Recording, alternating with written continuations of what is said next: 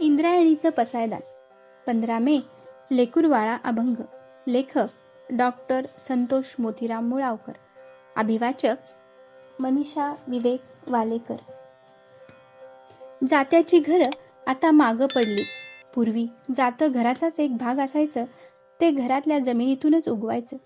जातं म्हणजे घरातलं पिठाचं झाड होतं. हे झाड आता घरात उगवत नाही. त्यामुळं जात्यावरचं दळण नाही, घराला ओवीचं वळण नाही. ओवीत संस्कार असायचे. या संस्कारातून घरातल्या लेकरा बाळांचं वैभव खुलायचं. माय माऊली, बहीण भावली जात्यावर बसली की तिच्या कंठाला ओवीचा पाना फुटायचा. जात्याला पिठाळ पाना फुटायचा. या पाण्यातून उगवलेली भाकर अमृतापेक्षा गोड लागायची. आज घरात जातं उगवलं आणि माऊली जात्यावर बसली तर तिला ओवी सुचेल का? होय, नक्कीच सुचेल. कारण जात्यावरची ओवी हा आईचा अनुवंश आहे. ओवीचं आणि आईचं नातं आतड्याचं आहे. आईच ओवीला जन्म देत असते. जात्यावरचं सर्जन कधी संपणार नाही. कारण या सर्जनाला संत जनाबाईच्या वात्सल्यानं लहानाचं मोठं केलेलं आहे. दळता दळता संत जनाबाईला खरं तर ओव्या सुचायला हव्या होत्या, पण तिला सुचले अभंग. ओवीत वात्सल्याची भावना असते तर अभंगात वात्सल्याचा विचार असतो. वात्सल्याच्या भावनेत लेकरासाठी दूध दूध होण्याची तळमळ असते, तर वात्सल्याच्या विचारात दूरदृष्टी असते. विचारप्रसंगी कणखर होतात. कसं चाललं हे भावना विचारते. चुकत असेल तर समजावून सांगते. काय चाललं हे विचार विचारतात. चुकत असेल तर विचार फटकारतात. संत जनाबाईच्या व्यक्तिमत्वात भावनांच्या आधारानं विचार वाढलेले नव्हते, तर विचारांच्या आधारानं भावना विकसित झालेल्या होत्या. म्हणूनच तिला अभंग सुचले.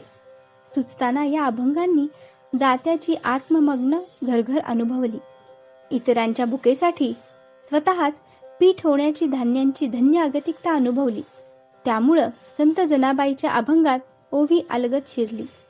लेकीनं मायेच्या कुशीत शिरावं तशी लेकुरवाळं होणं ही वात्सल्याच्या भावनेची अगतिकता असते. संत जनाबाईच्या अभंगातल्या ओवीत वात्सल्याच्या भावनेत ही अगतिकता तीव्र होती. म्हणूनच पक्षी जाय दिगंतरा, बाळकासी आणि झारा, घार हिंडते आकाशी, झाप घाली पिल्लापाशी, असे गात संत जनाबाईचे अभंग लेकुरवाळे झाले. या लेकुरवाळ्या अभंगांनी विठू माऊलीलाही लेकुरवाळं केलं.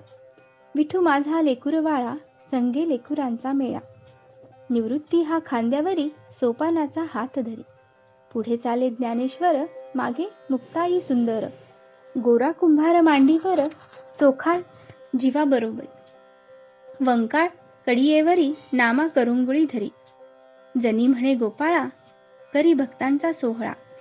संत लेकरांचा मेळा जमल्यावर कोणाला कुठं बसवावं हा विठू माऊलीचा प्रश्न संत जनाबाईनं आधीच सोडवून टाकला होता. मायेचे प्रश्न लेकच सोडवत असते ना. संतांचं हे स्थान सर्वांनाच मान्य होतं. कारण झाडलोट करी जनी, केर भरी चक्रपाणी, हे नातं जनाबाईचं विठोबांशी होतं. येई माझी ये हरणी, चुकले पाडस दासी जनी, ही आर्तता या नात्यात होती. दळिता कांडिता तुझं गायीनं अनंता, ही तिच्या भक्तीची अट होती.